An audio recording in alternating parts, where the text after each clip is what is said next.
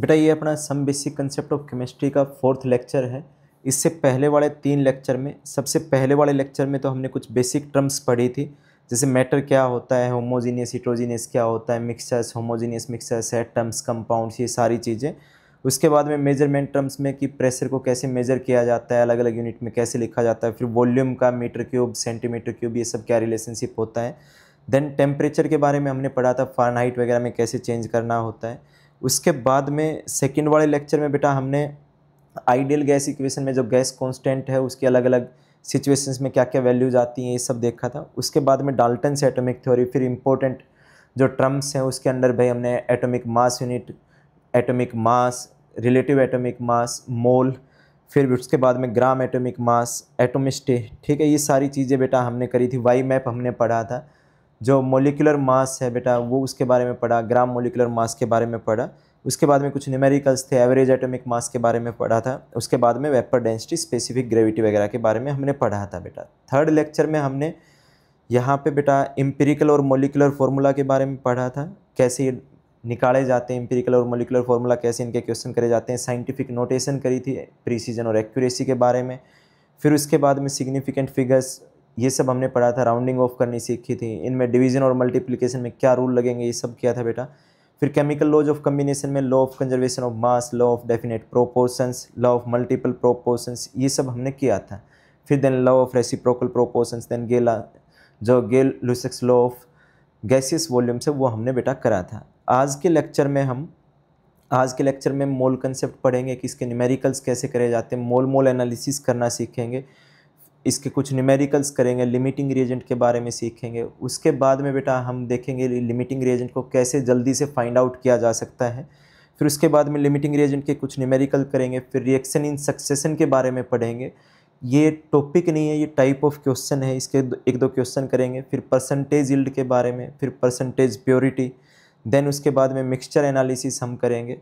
फिर mixture analysis के बाद में हम पीओसी में के बारे में कि भाई कैसे एक एटम को हम कंजर्व रख के, ठीक है, एक पर्टिकुलर एटम को कंजर्व रख के कैलकुलेशन कर सकते हैं बिना रिएक्शन को बैलेंस करे, वो चीज़ हम सीखेंगे। फिर एवोगाड्रोज लॉ पढ़ेंगे, देन एडियोमेट्री, ये आज की क्लास में बेटा हम करेंगे। जो ये कंसंट्रेशन टर्म्स हैं ये नेक्स्ट लेक्चर में हम कर पाएंगे। तो सबसे पहले स्टार्ट करते हैं मोल एनालिसिस। बेटा पहले मैं ये डायरेक्ट लिखने से पहले बताता हूँ कि आता कैसे है। जैसे मैंने एक जनरल रिएक्शन लिखी यहाँ पे कि 2A + 3B किस में जा रहा है, 5C + D में जा रहा है बेटा। मैंने ये जनरल रिएक्शन लिख दी। तो ये जो आगे लिखा होता है बेटा, जैसे इसके आगे 2 लिखा हुआ है, ये क्या है अपना स्टोइकोमेट्रिक कोफिशिएंट। B का स्टोइकोमेट्रिक कोफिशिएंट ऐसे क्या होगा, 3 होगा। C का स्टोइकोमेट्रिक कोफिशिएंट 5, D का 1 होगा। तो बेटा अगर हम यूनिटरी मेथड लेके चलें तो तुम यहाँ से A को देखोगे बेटा, ठीक है, जो A है, जब 2 A होंगे तो बेटा उससे C कितना मिलता है, 5। 2 moles of A gives 5 moles of C। 1 मोल कितना देगा बेटा, 5/2 देगा। ये यूनिटरी मेथड है। ऐसे ही हम B पे अप्लाई कर सकते हैं कि B के 3 मोल, 3 moles of B will give 5 moles of C, तो 3 moles of B will give 5 moles of C। अगर 1 मोल लिया तो अपने को कितना मिलेगा, 5/3 मिलेगा बेटा। उसके बाद में A और D के बीच में देखें तो बेटा जो ये 2 मोल ऑफ A है, ये 1 मोल ऑफ D देता है बेटा। 2 moles of A gives 1 mole of D। 1 mole A कितना देगा बेटा, 1/2 मोल D देगा।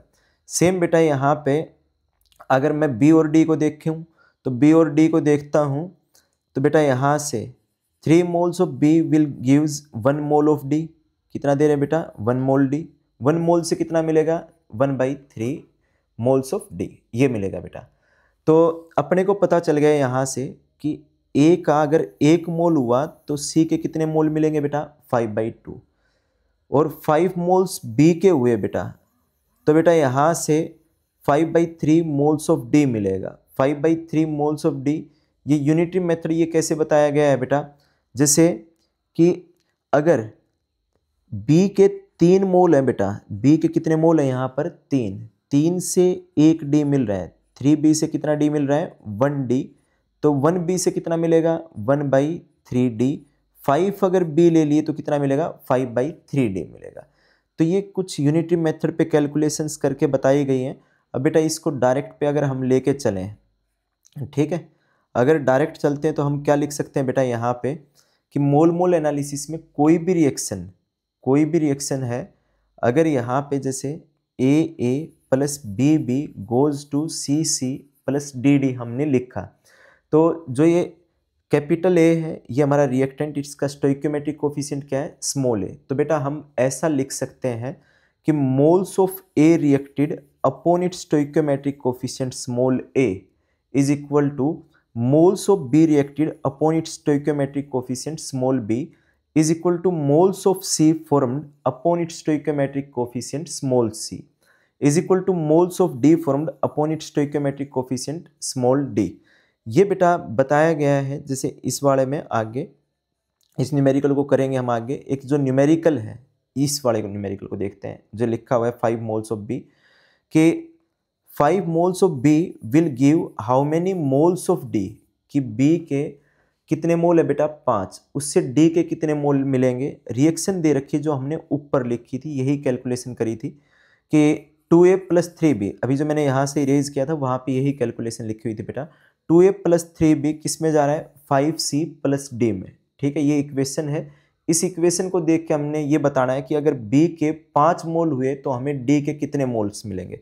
तो बेटा अपन क्या करें यहाँ पे कि मोल्स ऑफ बी रिएक्टेड, बेटा मोल्स ऑफ बी रिएक्टेड जितने रिएक्ट कर रहे हैं upon its stoichiometric coefficient, stoichiometric coefficient कितना है बेटा इसका बी का 3 is equal two moles of D formed upon its stoichiometric coefficient, upon its stoichiometric coefficient. Stoichiometric coefficient कितना है बेटा इसका डी का 1। तो जो मोल्स ऑफ बी दिए हुए हैं क्वेश्चन में वो कितने दिए हुए हैं बेटा 5, तो मैं इसकी जगह पे 5 लिखूंगा। जैसे इसकी जगह पे मैं 5 लिखूंगा तो अपना आंसर क्या आ जाएगा 5/3। यूनिटरी मेथड से देखेंगे तो भी बेटा सेम चीज़ है कि 3b से कितना d मिलता है 3b गिव्स, 3b से कितना d मिल रहा है बेटा 1d, 3b से कितना d मिल रहा है 1d, 1 से कितना मिलेगा 1/3d और 5 से कितना मिलेगा 5/3d मिलेगा बेटा, जो कि अपना इस जो ये ट्रिक है कि इनको इक्वल पुट कर दो स्टोइकोमेट्रिक कोफिशिएंट से डिवाइड करके, उस ट्रिक से भी बेटा अपनी सेम चीज़ आ रही। तो आगे के क्वेश्चंस में हम इस ट्रिक का यूज़ करेंगे। अब नेक्स्ट चलते हैं बेटा, जैसे अगला क्वेश्चन यहाँ पे कि 367.5 ग्राम KClO3, ये KClO3 दिया हुआ है, when heated gives KCl and O2, इसको हीट किया गया है तो KCl पोटासियम क्लोराइड और हमें क्या मिला ऑक्सीजन मिली। ठीक है, जो ये KClO3 है इसका नाम होता है बेटा पोटासियम क्लोरेट, इसका नाम होता है पोटासियम क्लोरेट। ठीक है, पोटासियम क्लोरेट इसका नाम है बेटा। तो अपने को क्या मिला यहाँ से KCl और O2 पूछा गया है क्वेश्चन में, find moles of KCl formed and volume of O2 produced at STP, कि कितना KCl का मोल मिला बेटा, और साथ में क्या पूछा गया है वॉल्यूम पूछा गया है। बेटा वॉल्यूम निकालने के लिए जो हमने वाई मैप पढ़ा था बेटा सेकंड क्लास में, कि अगर हमें कहीं पे भी जाना है बेटा, ठीक है, वॉल्यूम निकालना है, वॉल्यूम को कहाँ से निकाला जा सकता है मोल से निकाला जा सकता है। मास को कहाँ से निकाला जा सकता है मोल से निकाला जा सकता है। अगर वॉल्यूम से मास निकालना हो या मास से वॉल्यूम निकालना हो तो पहले तो बेटा मास से किस में आएंगे मोल में, मोल से किस में जाएंगे वॉल्यूम में जाएंगे, ये वाली चीज़ बेटा।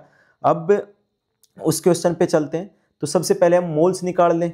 रिएक्शन ये हमें दी हुई है कि 2 KClO3 बैलेंस्ड रिएक्शन है, किस में जा रहा है 2 KCl प्लस 3 O2 में बेटा ये जा रहा है। ठीक है, तो अगर मैं मोल्स ऑफ KClO3 देखूँ यहाँ पे कि मोल्स ऑफ KClO3 बेटा ये इसका फॉर्मूला क्या होता है गिवन मास अपॉन मोलर मास। जैसे अपने को पता है कि सोडियम का 1 मोल 23 ग्राम का है, मैं पूछूं 46 ग्राम में सोडियम के कितने मोल होंगे भाई, तो कितना आंसर आएगा 2। अब ये 2 आंसर कैसे आता है बेटा, जब 46 को किससे डिवाइड करा जाए 23 से, तभी तो 2 मोल आएंगे।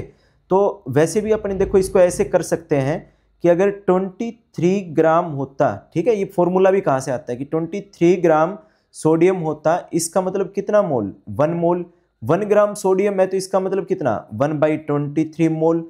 अगर 46 ग्राम सोडियम है तो कितना 46/23 मोल। तो बेटा ये फॉर्मूला कोई रटने वाला नहीं है, ये यूनिटरी मेथड से ही आया हुआ है कि गिवन मास अपॉन मोलर मास, इससे क्या निकल के आता है मोल। तो अपन ने सबसे पहले KClO3 के मोल्स निकाल लिए। KClO3 का गिवन मास कितना है क्वेश्चन में, 367.5 ग्राम। अब इसका मोलर मास कैसे आएगा, पोटासियम का मोलर मास होता है बेटा 39, एक क्लोरीन का कितना होता है 35.5, एक ऑक्सीजन का कितना होता है 3, मतलब 3 ऑक्सीजन है यहाँ पे, एक ऑक्सीजन का 16, तो 16 और 3 की मल्टीप्लाई करके कितना आ जाएगा बेटा, ये 48 आ जाएगा। और इसको सोल्व करेंगे तो जो KClO3 के मोल्स आएंगे बेटा वो कितने आएंगे 3। अब अगर मैं जो हमने मोल मोल एनालिसिस की ट्रिक सीखी है, मैं क्या करूँ उसी का यूज करके कि moles of KClO3 upon its stoichiometric coefficient, इसका स्टोइकोमेट्रिक कोफिशिएंट कितना 2, ये स्टोइकोमेट्रिक कोफिशिएंट 2 लिखा बेटा मैंने यहाँ पे, is equal two moles of KCl, और इसका स्टोइकोमेट्रिक कोफिशिएंट भी कितना है बेटा 2 है, तो ये 2 से 2 कैंसिल हो जाएगा, तो और मोल्स ऑफ KClO3 क्वेश्चन में कितने दिए हुए हैं 3, तो बेटा KCl के मोल भी कितने आ जाएंगे हमारे पास में 3 मोल आ जाएंगे, तो हमारे पास में मोल्स ऑफ KCl आ गए। अब बेटा O2 के मोल निकालने हो हमने, तो बेटा क्या करेंगे हम यहाँ से कि KClO3 से अगर O2 निकालें तो मोल्स ऑफ KClO3, नीचे इसका स्टोइकोमेट्रिक कोफिशिएंट 2, और बेटा ऑक्सीजन का स्टोइकोमेट्रिक कोफिशिएंट, ये ऑक्सीजन है इसका स्टोइकोमेट्रिक कोफिशिएंट जो आगे लिखा हुआ है ये कितना है बेटा 3 है, तो मोल्स ऑफ O2 अपॉन 3। अब बेटा KClO3 के मोल्स कितने निकाले थे हमने 3, तो बेटा इसकी जगह पे मैं 3 लिखूंगा और ये और 3 जाके 3 और जाके यहाँ पर मल्टीप्लाई हो जाएगा, तो ये चीज़ इतनी क्या बन गई 3/2, इस तरफ 3 जाके, तो मोल्स ऑफ O2 जो हमारे पास में आए वो कितने आए 3/2 और इंटू 3, मतलब 9/2 कितना आ गया 4.5 आ गया। अब बेटा मैंने अगर वॉल्यूम ऑफ O2 बताना है ऑक्सीजन का वॉल्यूम, तो वो कितना आएगा, एक जो मोल गैस है उसका STP पर वॉल्यूम होता है 22.4 लीटर, 2 का कितना होगा 44.8, मतलब मल्टीप्लाई कर देंगे 44.8 आ जाएगा। तो अब 4.5 मोल्स का कितना आएगा, इसको 22.4 लीटर से मल्टीप्लाई कर दें, यह आ जाएगा 100.8 लीटर, ये हमारा आंसर हो जाएगा बेटा। अगर ऐसा ही एक और क्वेश्चन हम करते हैं तो बेटा देखो अगले क्वेश्चन में है कि how many grams of Fe2O3, Fe2O3 के ग्राम्स बताने हैं बेटा, formed by heating 18 gram FeO, iron oxide को हमने हीट किया और हमने बताना है कि कितना Fe2O3 का ग्राम्स बना है, मतलब मास बताना है। मास को किससे बताया जा सकता है, मोल से, जैसे सोडियम का 1 मोल 23 ग्राम, 2 मोल 46 ग्राम, तो अगर अपने को मोल्स का पता चल जाए तो हम क्या बता देंगे, मास को भी बता देंगे। और मोल्स का किससे पता लग सकता है, मोल मोल एनालिसिस से, तो 18 ग्राम FeO विद ऑक्सीजन बेटा। ये क्वेश्चन अपना आयरन का मोलर मास गिवन है 56, तो रिएक्शन बैलेंस्ड लिखी हुई है बेटा 4 FeO प्लस O2 किस में जा रहा है 2 Fe2O3 में, तो अपन लिखें इस रिएक्शन के हिसाब से कि मोल्स ऑफ FeO रिएक्टेड बेटा, रिएक्टेड जितने रिएक्ट कर रहे हैं वो चीज़, और ठीक है आगे मैं इस रिएक्टेड को हटाना मतलब लिखना बंद करता जाऊंगा, हटाना स्टार्ट कर दूंगा मैं इसको, लेकिन ये चीज़ होनी चाहिए कि रिएक्टेड होती है ये चीज़। दूसरी तरफ फॉर्म, तो मोल्स ऑफ FeO रिएक्टेड, नीचे मैं यहाँ पर क्या लिखूँ बेटा 4 लिखूँ, इसका stoichiometric coefficient is equal two moles of Fe2O3 upon 2 it's stoichiometric coefficient, ये लिख दिया। अब बेटा जो FeO है क्वेश्चन में मुझे उसके मोल्स नहीं दे रखे, मुझे उसका मास दे रखा है, तो मैं इसके मोल्स निकालूंगा तो वो क्या आएगा, गिवन मास जो कि कितना है 18 ग्राम, उसको मैं किससे डिवाइड कर दूं, इसके मोलर मास से। मोलर मास आयरन का 56, ऑक्सीजन का 16, जोड़ के ये 18/72, मतलब कितना आ गया बेटा 1/4। तो यहाँ से बेटा अपने पास जो मोल्स ऑफ FeO आए क्वेश्चन में गिवन वो कितने आए 1/4, नीचे ये 4 क्या है, इसका स्टोइकोमेट्रिक कोफिशिएंट, किसके इक्वल, मोल्स ऑफ Fe2O3/2, तो बेटा ये 2 आगे जाके इस तरफ जाके क्या होगा, ये 2 मल्टीप्लाई होगा।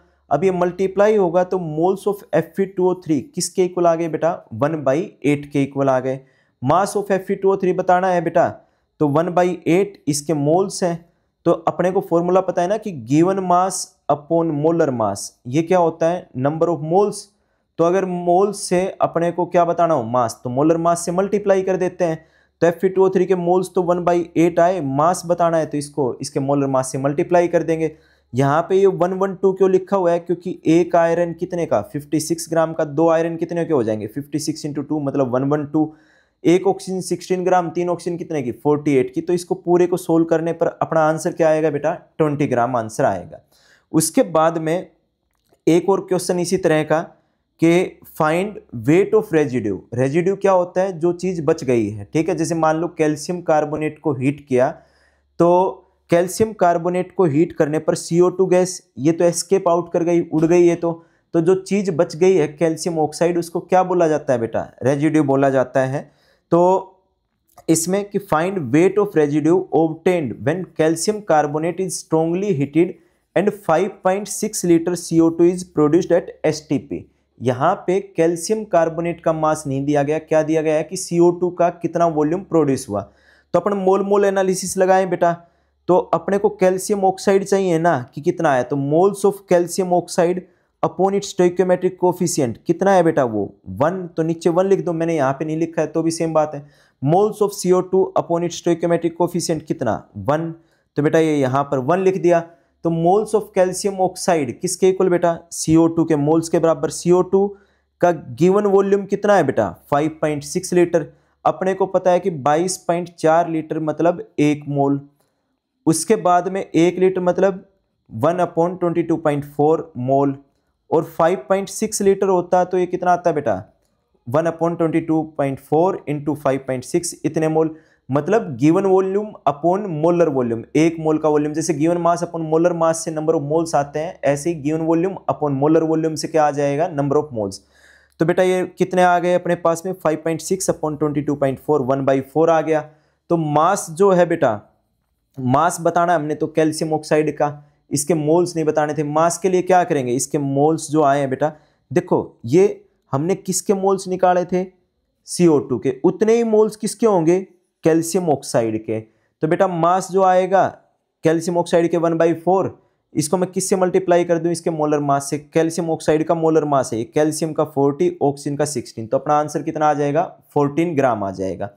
अब बेटा जो नेक्स्ट अपना टॉपिक है वो है लिमिटिंग रिएजेंट। लिमिटिंग रिएजेंट क्या होता है? जैसे कि इसका नाम ही कह रहा है, जो रिएक्शन पर लिमिट लगा दे। जैसे अगर मान लो किसी ने कोई नई कार ली है, और वो नई कार भाई उसका इंजन भी तगड़ा है, ठीक है, उसके टायर वायर सब कुछ अच्छा है, लेकिन पेट्रोल उसके अंदर इतना है कि यहाँ से वो गुड़गांव तक ही जा सकता है। तो बेटा यहाँ से गुड़गांव तक जा सकता है, उसके बाद पेट्रोल बचा ही नहीं दुनिया में। तो कार कहाँ तक पहुँची? गुड़गांव तक पहुँची। तो कार के पहुँचने पर किसने लिमिट लगाई है? पेट्रोल ने लिमिट लगाई है। तो पेट्रोल अपना लिमिटिंग रिएजेंट हो गया, पेट्रोल पहले कंज्यूम हुआ है।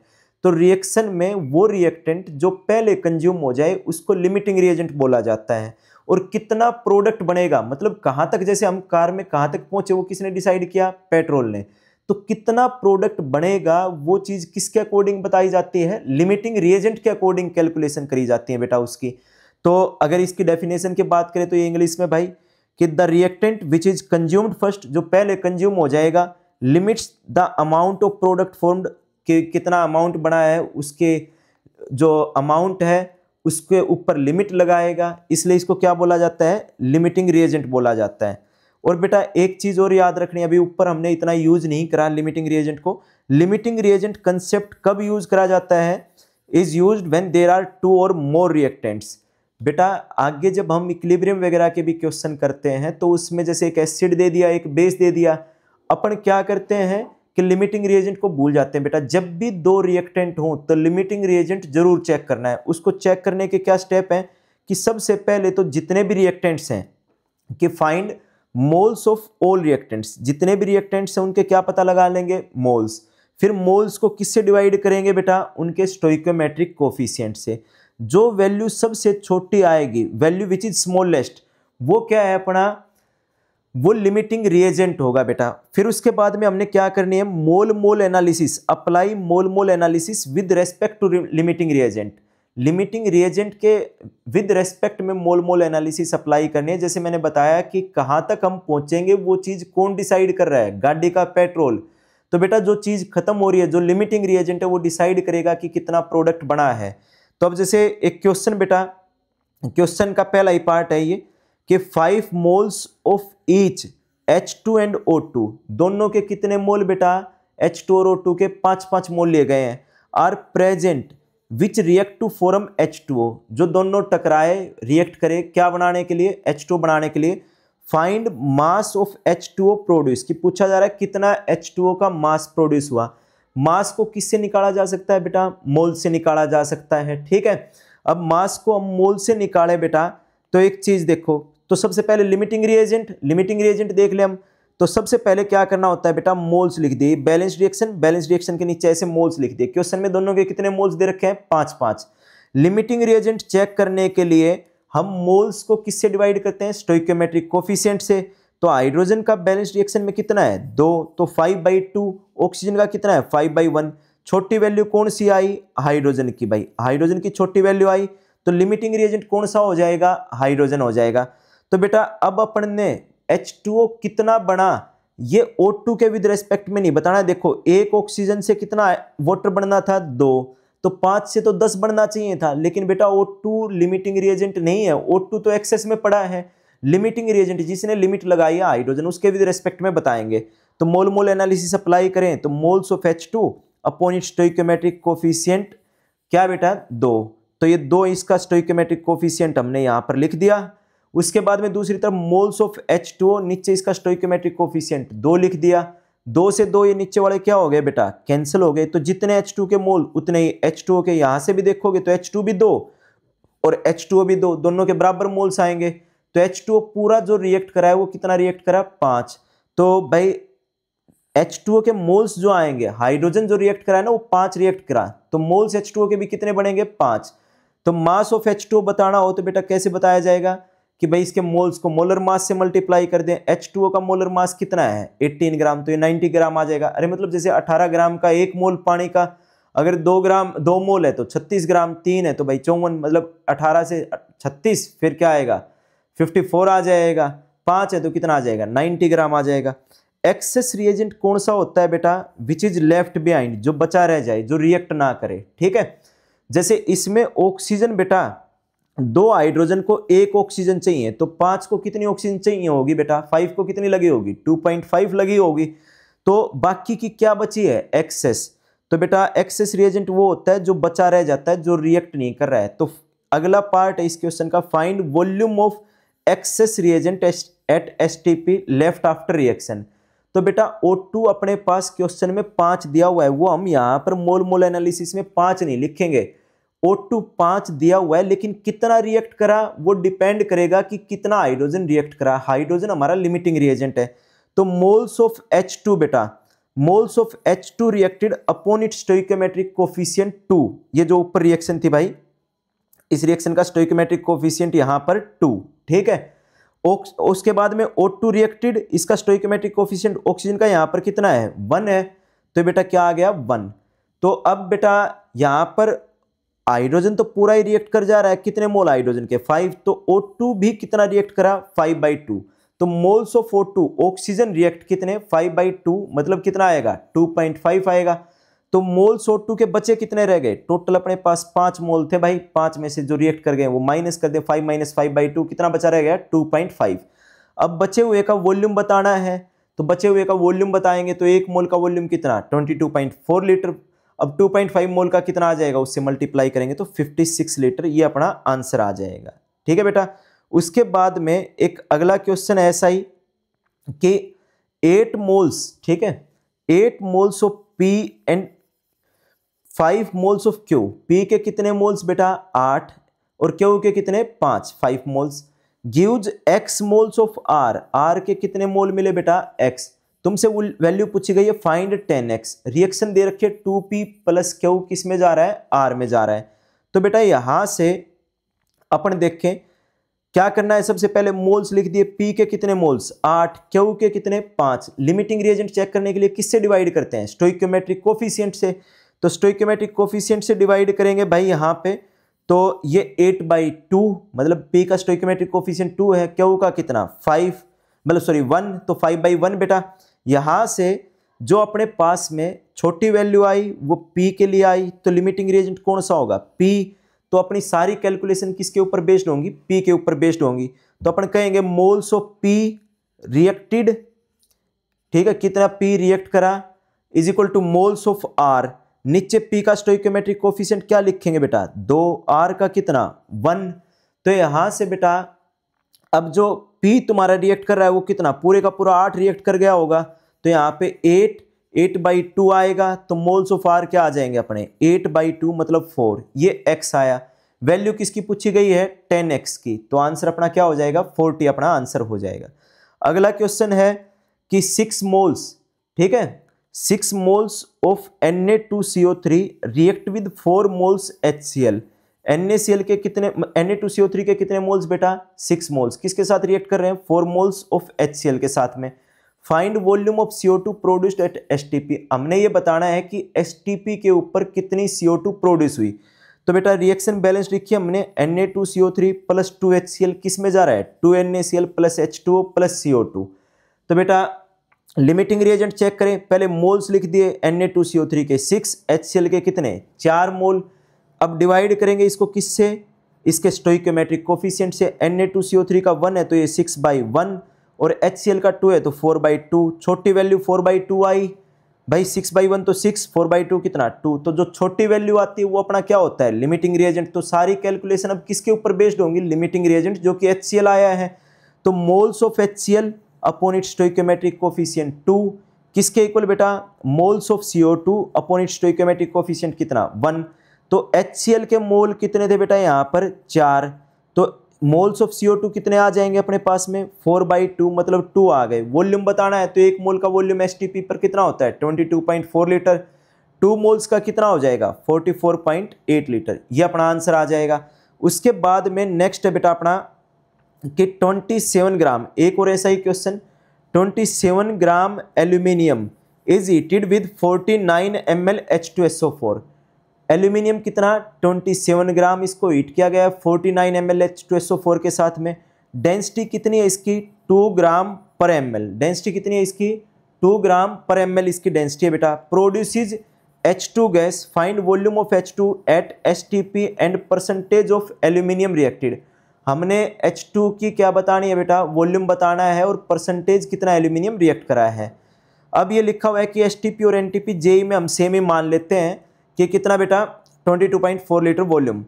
अब बेटा देखो यहाँ से सबसे पहले अपन ने बैलेंस रिएक्शन लिखी 2Al plus 3H2SO4 goes to Al2SO4 thrice plus 3H2, हमने बैलेंस रिएक्शन लिख दी। अब बेटा मोल्स जो हैं, मोल्स यहाँ पे सबसे पहले मोल्स लिखेंगे, तो मोल्स नहीं दे रखे, अब की बार एल्यूमिनियम का मास दे रखा है, तो मास से मोल बताने हो तो किससे डिवाइड कर दें, मोलर मास से। एल्यूमिनियम का मोलर मास 27 ही, तो 27/7 ये 27 कितना आ गया 1 आ गया। अब बेटा एक चीज़ देखो, अब तक तो वॉल्यूम को हम किससे डिवाइड कर रहे थे, वो 22.44 लीटर से, यहाँ पे क्यों नहीं कर रहे बेटा, एक तो वो चीज़ गैस पे अप्लाई है, दूसरी किस पे अप्लाई होती है वो बेटा, वो STP के ऊपर अप्लाई होती है। यहाँ पे डेंसिटी दे रखी है, तो बेटा अपने को पता है डेंसिटी क्या होती है मास अपॉन वॉल्यूम।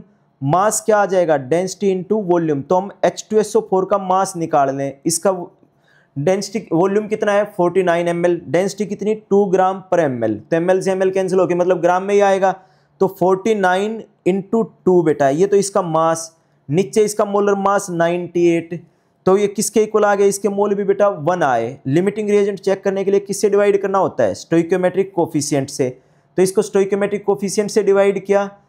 एल्यूमिनियम का कितना है 2 तो 1/2, H2SO4 का कितना है 3 तो 1/3। अब बेटा छोटी वैल्यू ये 1/3 आई, तो ये अपना जो होगा H2SO4 ये लिमिटिंग रिएजेंट हो गया। तो अब कितना एल्यूमिनियम रिएक्ट करा है ये कौन डिसाइड करेगा, ये डिसाइड करेगा बेटा अपना H2SO4। तो moles of aluminium reacted upon 2, बेटा अपने पास एल्यूमिनियम का मोल एक दिया हुआ है कि 1 मोल है, लेकिन कितना रिएक्ट कर रहा है ये कौन डिसाइड करेगा H2SO4, क्योंकि वो कम है, वो लिमिटिंग रिएजेंट वो पहले कंज्यूम हो रहा है।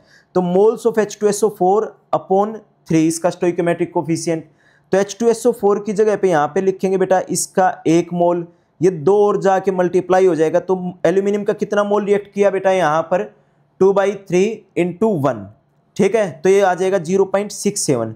तो बेटा हम क्या कहेंगे, परसेंटेज बतानी थी ना, परसेंटेज के लिए कि 1 मोल में से कितना रिएक्ट कर गया 0.67, परसेंटेज के लिए 100 में से बताना होता है, तो 100 में से कितना करेगा 100 से मल्टीप्लाई कर देंगे बेटा, 100 से मल्टीप्लाई करेंगे तो अपना आंसर क्या आ जाएगा 67% एल्यूमिनियम रिएक्ट करा है। अब बेटा H2 का वॉल्यूम बताना हो तो H2 भी कौन डिसाइड करेगा H2SO4, तो मोल्स ऑफ H2SO4 ये रहा भाई अपॉन 3 इसका स्टोइकोमेट्रिक कोफिशिएंट। दूसरी तरफ बेटा क्या करेंगे हम कि मोल्स ऑफ H2 अपॉन इसका स्टोइकोमेट्रिक कोफिशिएंट कितना 3।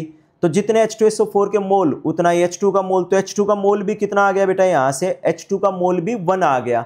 एक मोल का वॉल्यूम कितना होता है 22.4 लीटर, तो 22.4 लीटर अपना आंसर आ जाएगा। अब जो अगला क्वेश्चन है बेटा, ये वाला क्वेश्चन कि x प्लस वाई किस में जा रहा है बेटा, X3Y4 में रिएक्शन दी हुई है, बैलेंस नहीं है, ये ओबीसी बात है। इसमें कहा है कि 6 मोल्स, ठीक है, 6 मोल्स ऑफ ईच किस किस के बेटा, X and Y are taken, ये हमने लिए, which is or are correct, मतलब इनमें से कौन सी स्टेटमेंट करेक्ट है। तो बेटा देख लेते हैं पहले तो अपन 3x प्लस 4y, ये रिएक्शन बैलेंस्ड X3Y4। तो मोल्स दोनों के कितने बेटा 6। लिमिटिंग रिएजेंट चेक करने के लिए किससे डिवाइड करेंगे, स्टोइकोमेट्रिक कोफिशिएंट से। तो x, इसका x का कितना 3, तो 6/3, भाई y का कितना 4, तो 6/4, ये वैल्यू आई 1.5, ये स्मॉलेस्ट वैल्यू आई। तो y अपना क्या है, लिमिटिंग रिएजेंट। तो बेटा पहली स्टेटमेंट तो ये जो ए ऑप्शन है ये तो गलत हो गया, इसने क्या कहा है x इज LR मतलब लिमिटिंग रिएजेंट, गलत बात है ये तो। उसके बाद में बेटा यहाँ पे कि मोल्स ऑफ y, ठीक है भाई, कितना ये देख ले कि X3Y4 कितना बना है, तो X3Y4 कितना बना है ये चीज़ कौन बताएगा, ये y जो लिमिटिंग रिएजेंट है वो डिसाइड करेगा। तो moles of X3Y4 upon its stoichiometric coefficient कितना बेटा, यहाँ पर कितना स्टोइकोमेट्रिक कोफिशिएंट इसका 1, तो ये 1 लिखा हुआ है बेटा। मोल्स ऑफ y, इसका स्टोइकोमेट्रिक कोफिशिएंट कितना है बेटा 4 है, तो ये 4 यहाँ पर लिख दिया। तो y के कितने मोल दिए हुए हैं क्वेश्चन में जो पूरी तरह रिएक्ट कर जाते हैं 6, तो ये 6/4 किसका आ गया, मोल्स ऑफ X3Y4। तो बेटा X3Y4 के कितने मोल बनेंगे 6/4 मतलब 1.5। तो ये स्टेटमेंट अपनी क्या है, सही है, सेकंड वाला बी ऑप्शन अपना सही है, करेक्ट स्टेटमेंट है। सी ऑप्शन को देखोगे तो कि लिमिटिंग रिएजेंट कितना बचा है बेटा, एक बार ये चेक कर लेते हैं। तो x देखें, moles of x reacted upon its stoichiometric coefficient कितना, ये 3 बेटा, ये लिखा। कौन डिसाइड करेगा कितना रिएक्ट करा, y डिसाइड करेगा। तो मोल्स ऑफ y अपॉन बेटा इसका स्टोइकोमेट्रिक कोफिशिएंट कितना 4, तो y कंप्लीटली रिएक्ट कर रहा है, यहाँ पर लिखेंगे 6, ये 3 और जाके मल्टीप्लाई हो जाएगा। तो x रिएक्टेड कितना आया अपना 4.5, तो x लेफ्ट कितना है 6, बाई टोटल 6 थे, 6 में से माइनस करेंगे 4.5 कितना आ जाएगा 1.5। तो ये स्टेटमेंट भी सही है बेटा अपनी। दूसरा अगर डी ऑप्शन देखें तो 75% ऑफ ER रिएक्टेड, तो ER मतलब एक्सेस रिएजेंट कौन सा है अपना यहाँ पे, वो बेटा अपना एक्सेस रिएजेंट है यहाँ पे x। तो x के कितने मोल लिए थे बेटा 6 में से कितने रिएक्ट कर गए 4.5, लेफ्ट कितना है 1.5। तो रिएक्टेड बताना हो तो हम क्या कहेंगे 6 में से रिएक्ट करें 4.5, 1 में से कितने करेंगे 4.5/6, परसेंटेज के लिए 100 में से बताना होता है तो 100 से मल्टीप्लाई कर देंगे, 75% रिएक्ट कर जाता है। तो डी ऑप्शन भी अपना क्या हो जाएगा, सही हो जाएगा। बेटा अपने को कुछ काम है, अभी काम आ गया है, तो इसमें लेक्चर में हम यहीं तक रिकॉर्ड करेंगे। अगले वाले लेक्चर में रिएक्शन इन सक्सेशन और परसेंटेज यील्ड, परसेंटेज प्योरिटी, ये सारी चीज़ें, mixture analysis, Avogadro's law, POAC और फिर एवोगाड्रोज लॉ, ईडियोमेट्री, ये नेक्स्ट लेक्चर में हम करेंगे बेटा।